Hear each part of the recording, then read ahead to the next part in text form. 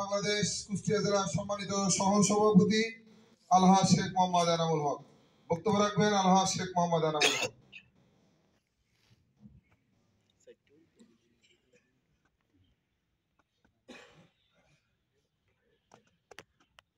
আসসালামু আলাইকুম রহমতুল্লাহ। আলহামদুলিল্লাহ, ইসলামী আন্দোলন বাংলাদেশ কুষ্টিয়া জেলা শাখা কর্তৃক আয়োজিত আজকের এই দ্বিবার্ষিক সম্মেলনের সংগ্রামী সভাপতি, আজকের এই সম্মেলনের প্রধান অতিথি, ইসলামী আন্দোলন বাংলাদেশ এর কেন্দ্রীয় যুগ্ম মহাসচিব আলহাজ মাওলানা শেখ ফজলে বারী মাসুদ, আজকের এই সম্মেলনের বিশেষ অতিথি কুষ্টিয়ার কৃতি সন্তান জননেতা মাওলানা আরিফুল ইসলাম সহ জেলা নেতৃবৃন্দ, আমার সামনে উপবিষ্ট কুষ্টিয়া জেলার সহকর্মী ভাইরা, সকলকে ইসলামী আন্দোলন বাংলাদেশ কুষ্টিয়া জেলা শাখার পক্ষ থেকে আন্তরিক শুভেচ্ছা ও অভিনন্দন। সংগ্রামী ভাইরা, ইসলামী আন্দোলন বাংলাদেশ এদেশের মেহনতি মানুষ সহ সর্বশ্রেণীর মানুষের আস্থাভাজন প্রাণপ্রিয় সংগঠন ইসলামী আন্দোলন বাংলাদেশ। ইসলামী আন্দোলন বাংলাদেশ এদেশে ইসলামী হুকুমত প্রতিষ্ঠা করতে চায়।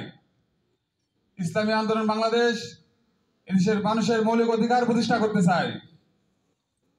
এই মৌলিক অধিকার প্রতিষ্ঠার লক্ষ্যকে সামনে রেখে ইসলামী আন্দোলন বাংলাদেশ এদেশের মানুষের ভোটাধিকার বাস্তবায়ন করতে চায়।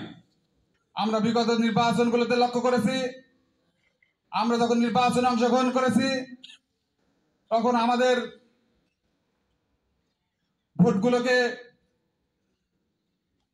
ভোটগুলোকে পচা ভোটে আখ্যায়িত করত। আমরা যে 10% 15% ভোট পেতাম, সে ভোটগুলোকে পচা ভোট হিসেবে আখ্যায়িত করত, যে ওরা তো জিততে পারবে না।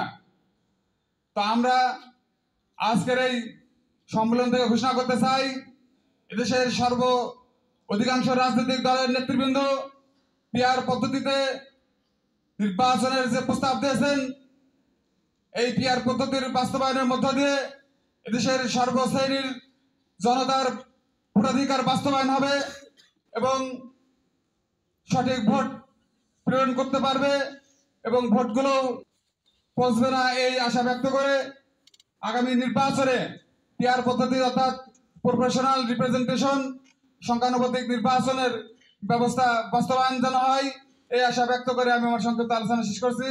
আসসালামু আলাইকুম রহমতুল্লাহ।